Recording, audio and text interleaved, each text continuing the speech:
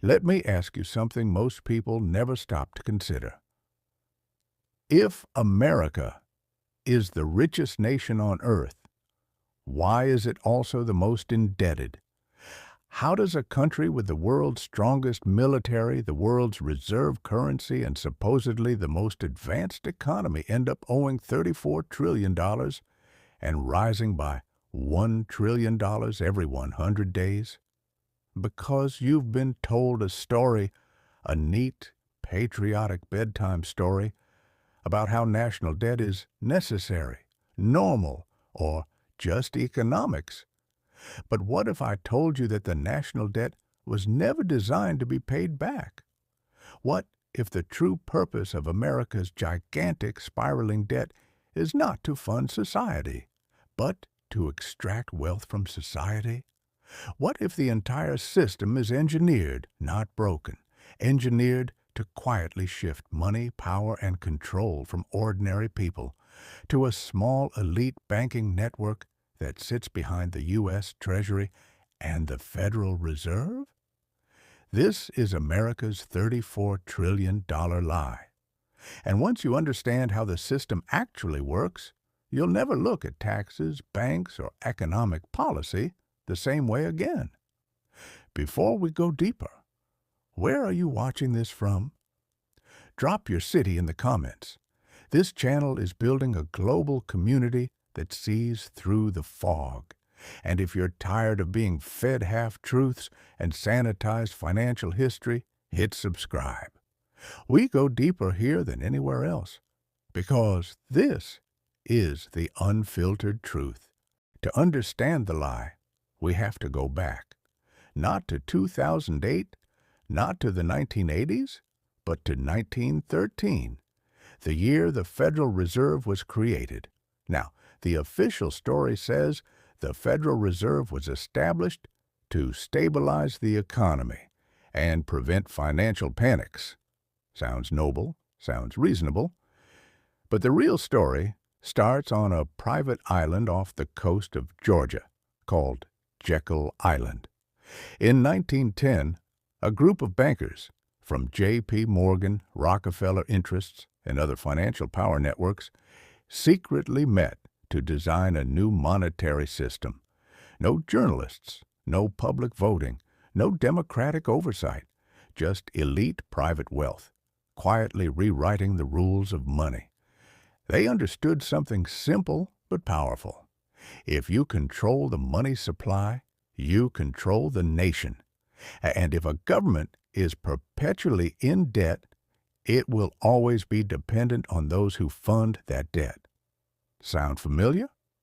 Less than 3 years later, the Federal Reserve Act passed, and instantly, the U.S. government lost control of its own money. Now what changed? Before 1913, the U.S. Treasury issued money directly. The government could create currency without paying interest.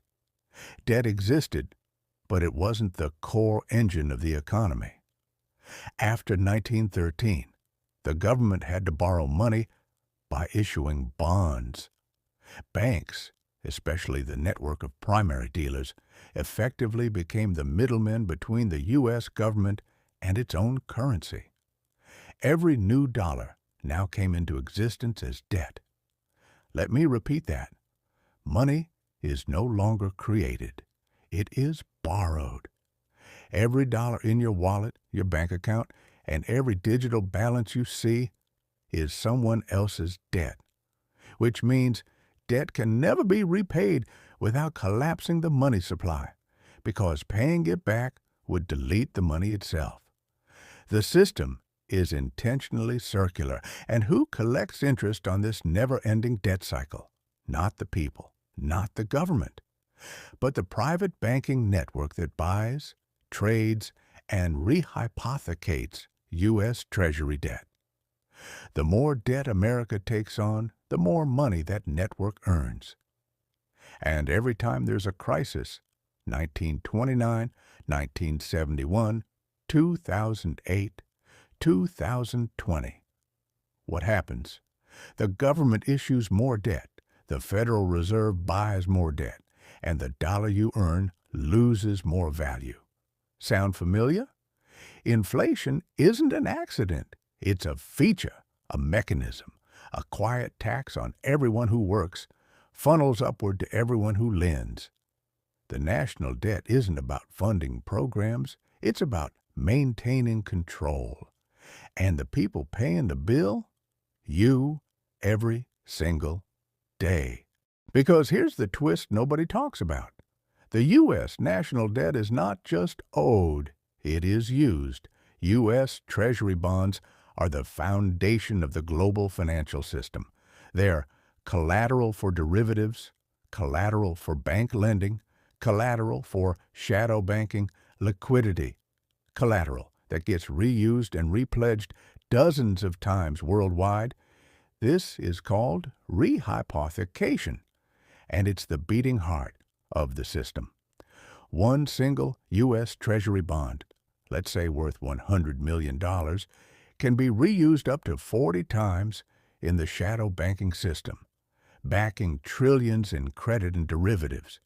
That means the real global debt doesn't stop at $34 trillion. It scales into the hundreds of trillions.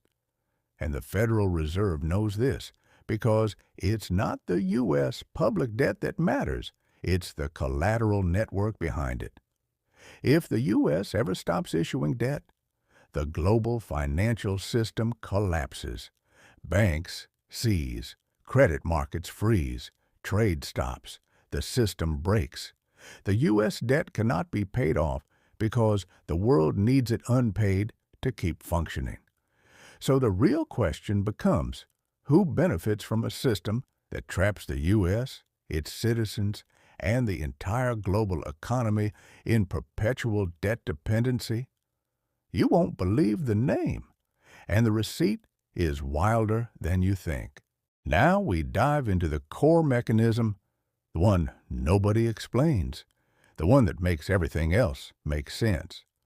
The Treasury Federal Reserve primary dealer loop. This is the pipeline that converts national debt into private profit. Let's break it step by step, clean and clear. Step 1. The government spends money it doesn't have. The U.S. government runs massive budget deficits every year, meaning it spends more than it collects in taxes.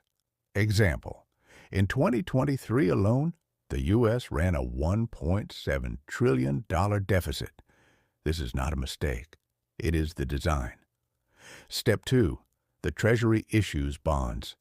To cover the deficit, the Treasury sells bonds. Think of them as IOUs. These IOUs promise repayment with interest. Step 3. Primary dealer banks buy those bonds. These aren't just any banks. These are 24 globally connected institutions. J.P. Morgan, Citigroup, Goldman Sachs, Bank of America, Barclays, Deutsche Bank. You get the idea. They are the mandatory buyers of U.S. debt. They get first access. They get volume. They get control. Step 4. The Federal Reserve steps. And when the Fed wants to support the economy or manipulate interest rates, it buys those same bonds back from the primary dealers. But here's the trick. The Fed doesn't pay with existing money. It creates new money on the spot, digitally, instantly, with no backing. So the loop becomes 1. Government spends money it doesn't have. 2. Treasury issues debt. 3. Banks buy the debt. 4. Fed buys the debt from banks. 5. Banks receive brand new money. 6. Citizens receive inflation. Now multiply this process. 2008 financial crisis. Fed creates $800 billion. Becomes $4.5 trillion. 2020 pandemic response. Fed creates $3.4 trillion in 1 year. Post-2020 stimulus era. Money supply increases 40% in just 18 months. Your dollar lost purchasing power because the system printed value out of your labor. And where does that newly created money go? To the same banking networks that buy assets, acquire real estate, purchase corporations, control capital flows. Meanwhile, the average worker? Wages stagnate, prices rise, debt increases. This is parasitic finance, a reverse pipeline. Wealth doesn't trickle down, it siphons upward. And remember the key statistic. One U.S. Treasury bond can be rehypothecated up to 40 times. So the real leverage in the system is not $34 trillion. It's closer to greater than 34 trillion times 20 to 40 equals 680 trillion to 1.36 quadrillion. That's quadrillion with a Q.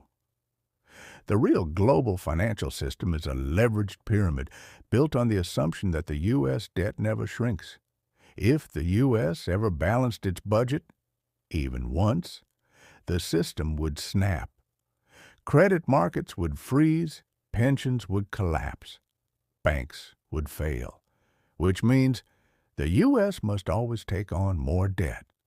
Forever. This is not politics, it's architecture, a designed dependency, a silent mechanism that forces inflation, wealth concentration, permanent financial servitude, and the final layer? You don't owe the debt. You are collateral for it. Your taxes don't pay down the national debt. They service the interest. You are not funding the government.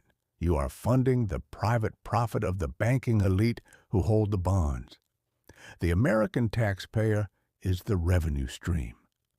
The U.S. Treasury is the collection arm. The Federal Reserve is the printer. The banks are the beneficiaries. The national debt is not a burden. It is a business model. The system has worked for over a century because it stayed hidden, invisible, wrapped in complex financial language, but the veil is slipping. We are entering a new era. Faster debt accumulation, faster currency debasement, faster transfer of wealth upward. A digital dollar is being prepared, not to modernize the system, but to tighten control over it, because when a system reaches the point where the debt must expand exponentially to survive, collapse isn't a question. It's a timeline. And remember this, the national debt will never be paid back, because it was never meant to be. It is the engine of control, a perpetual motion wealth machine, powered by your labor, your time, your spending, your belief. So the final question is simple.